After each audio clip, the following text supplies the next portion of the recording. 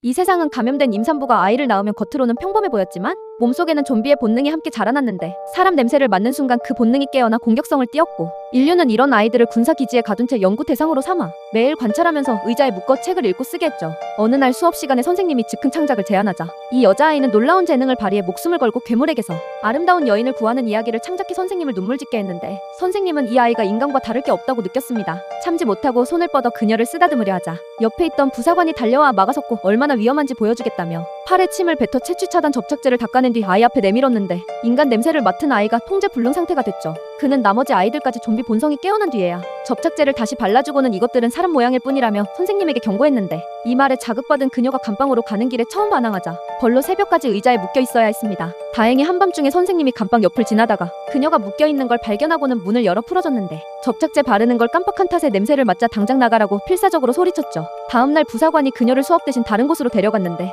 창문 너머로 기지가 좀비들에게 포위된 채 무너져가는 방어망이 눈에 들어왔고 병사들이 총을 쏘아대고 있었습니다. 그녀는 곧바로 수술실로 끌려가 마취 주사를 맞았는데 의사가 해부를 준비하는 순간 인류가 이들을 가둔 이유가 뇌수를 추출해 백신을 개발하기 위해서였다는 걸 깨달았죠. 소식을 들은 선생님이 소화기를 들고 달려와 간호사를 밀쳐낸 뒤 의사에게 그녀를 풀어주라고 요구했는데 그녀도 인간과 같은 생명이라는 이유였지만 의사는 방심한 틈을 타 선생님에게 최루 스프레이를 뿜어버렸습니다. 병사들이 선생님을 끌고 나가자마자 기지에 경보가 울렸고 방어망이 뚫린 좀비들이 안으로 쏟아져 들어왔는데 간호사가 철수를 권했지만 의사는 창문을 닫은 채 수술을 강행하다가 유리에 손을 베이고 물린 간호사가 좀비로 변해가자 의사는 옆칸으로 숨어버렸죠. 그런데 신기한 광경이 펼쳐졌는데 인간에게 받아들여지지 못했던 그녀가 좀비 눈에는 동족으로 보였고 속박띠를 끄는 채 기지 밖으로 나왔을 때 병사들은 이미 저항력을 잃은 상태였습니다. 병사들에게 끌려가는 선생님을 발견한 그녀는 망설임 없이 달려들어 물어버렸는데 처음 맛본 피에 흥분해 잠시 의식을 잃었고 선생님이 그녀를 안고 장갑차에 올라탄 채 기지를 빠져나갔죠. 공교롭게도 부사관과 의사도 같은 차에 타고 있었는데 선생님이 말렸음에도 그는 그녀를 없애려 했고